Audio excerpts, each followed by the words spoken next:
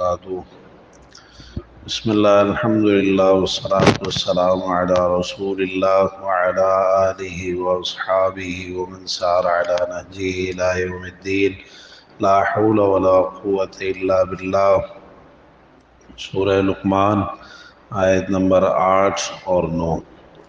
اعوذ باللہ السمیع العلیم من الشیطان الرجیم من ہمزہ ونفخہ ونفثہ ان الذین آمنوا وعملوا الصالحات لهم جنات النعیم خالدین فیہا وعد اللہ حقا وهو العزیز الحکیم۔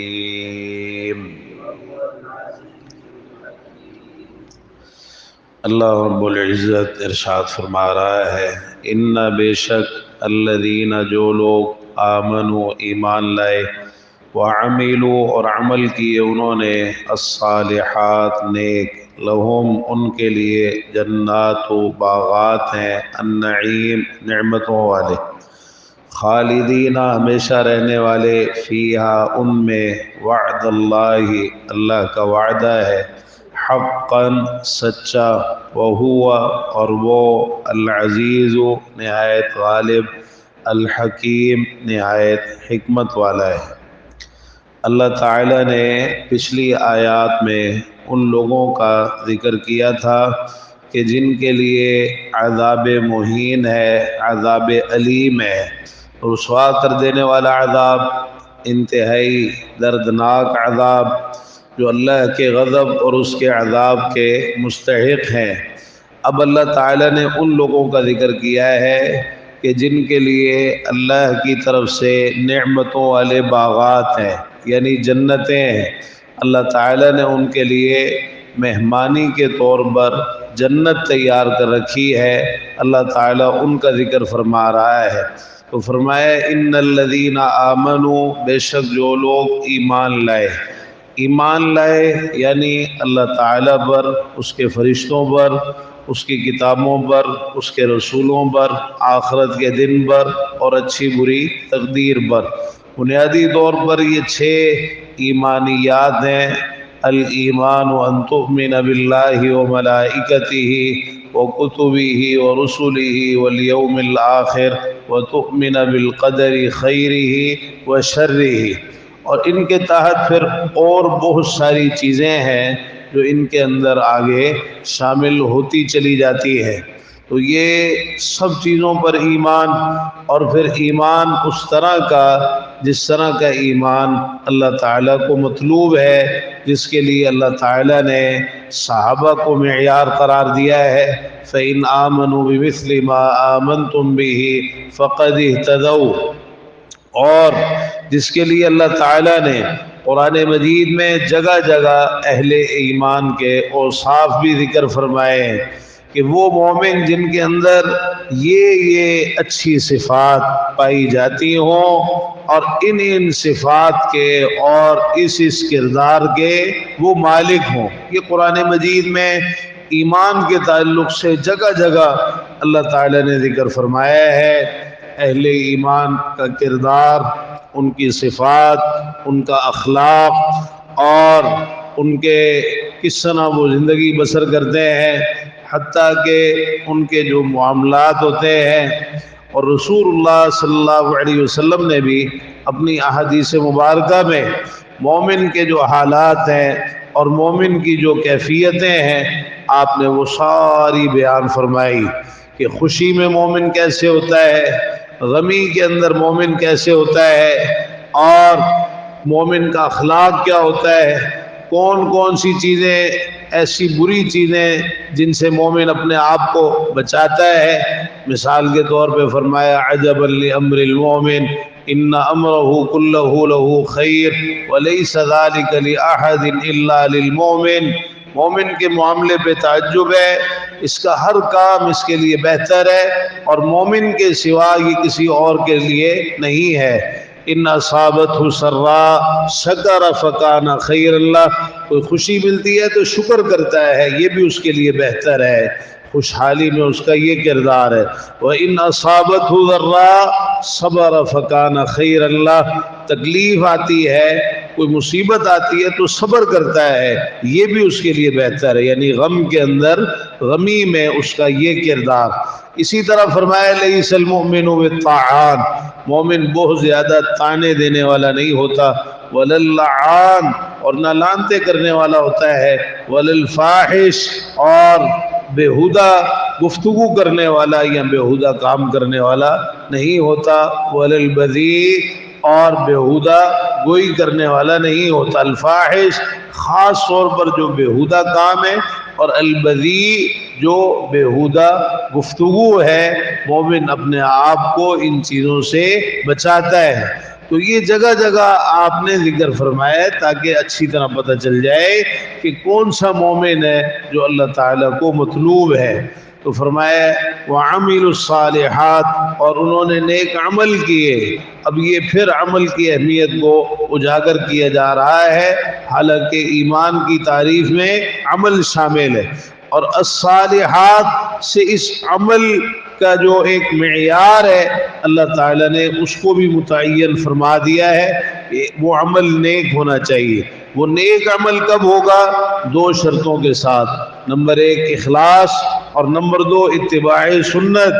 اگر کسی عمل میں یہ دو شرطیں ہیں، اور ایک تیسری شرط بھی یہاں ذکر ہوئی ہے، وہ یہی ہے، ایمان کی شرط ہے، تو اگر یہ چیزیں کسی کے اندر موجود ہیں تو پھر اس کا عمل قبول ہے، اور اگر ایک چیز بھی ان میں سے کم ہو گئی، مثال کے طور پر اخلاص تو ہے، بڑے جوش و جذبے سے انسان عمل کر رہا ہے، اور سنت کی اتباع بھی اس نے کر لی، لیکن عقیدہ توحید کی دولت اس کے پاس نہیں ہے، اس کا ایمان اس طرح کا نہیں ہے جس طرح کا مطلوب ہے، تو وہ نیکی ضائع اور بیکار ہے، اس کو کچھ بھی حاصل نہیں ہوگا۔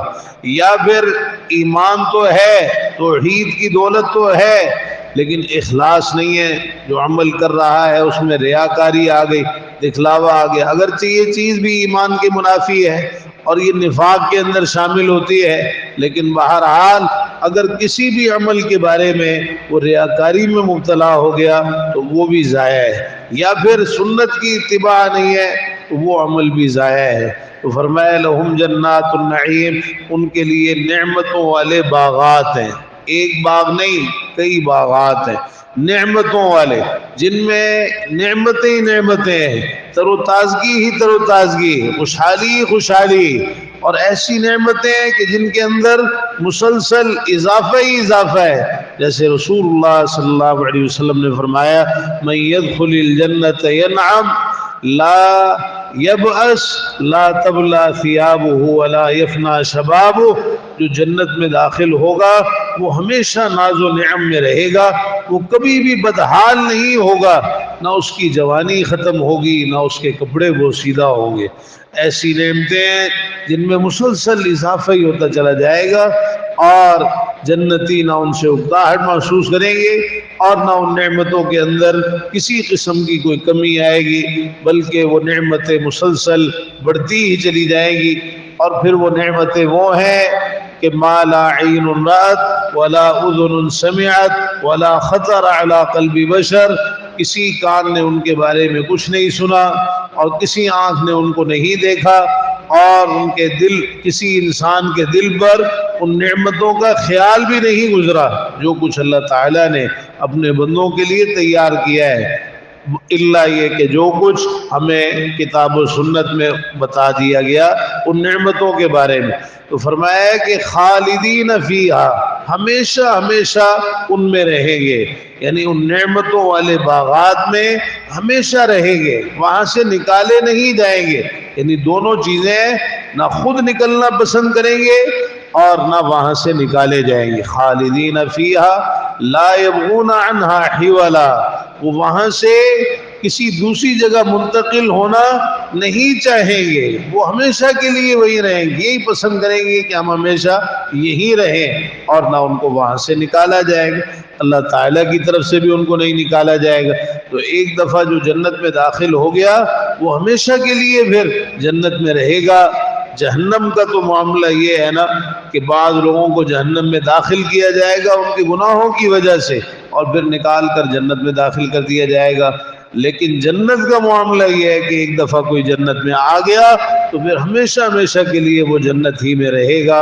تو فرمایا وعد اللہ حقا، اللہ کا وعدہ ہے سچا، اللہ کا وعدہ ہے. یعنی دیکھیے اتنی بات بھی کافی تھی کہ کہہ دیا جاتا وعد اللہ، یہ اللہ کا وعدہ ہے. اللہ تعالیٰ نے وعدے کی نسبت اپنی طرف کی ہے، جس سے اس وعدے کی اہمیت اور عظمت کو اجاگر کیا گیا ہے کہ یہ کوئی معمولی وعدہ نہیں ہے، کسی معمولی ہستی کا وعدہ نہیں ہے، بلکہ یہ اللہ کا وعدہ ہے جو معبود برحق ہے، جو خالق کائنات ہے، جو رب العالمین ہے، یہ اس کا وعدہ ہے.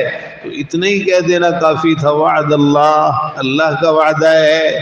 یعنی اس نسبت سے ہی اس وعدے کی اہمیت اور عظمت اور اس وعدے کی صداقت وہ عیاں ہے. لیکن مزید آگے فرمایا حقا، سچا وعدہ ہے، سچا وعدہ ہے. یعنی لوگوں کو خوب اس چیز کی طرف راغب کیا جا رہا ہے اور ان کو بتایا جا رہا ہے کہ اس معاملے کے اندر کسی غلط فہمی اور کسی دھوکے میں مبتلا نہ ہونا کہ پتہ نہیں یہ جنت کی جو باتیں ہو رہی ہیں یہ معاملہ کس طرح کا ہوگا. نہیں، یہ اللہ کا وعدہ ہے اور ایسا وعدہ ہے جو سچا وعدہ ہے.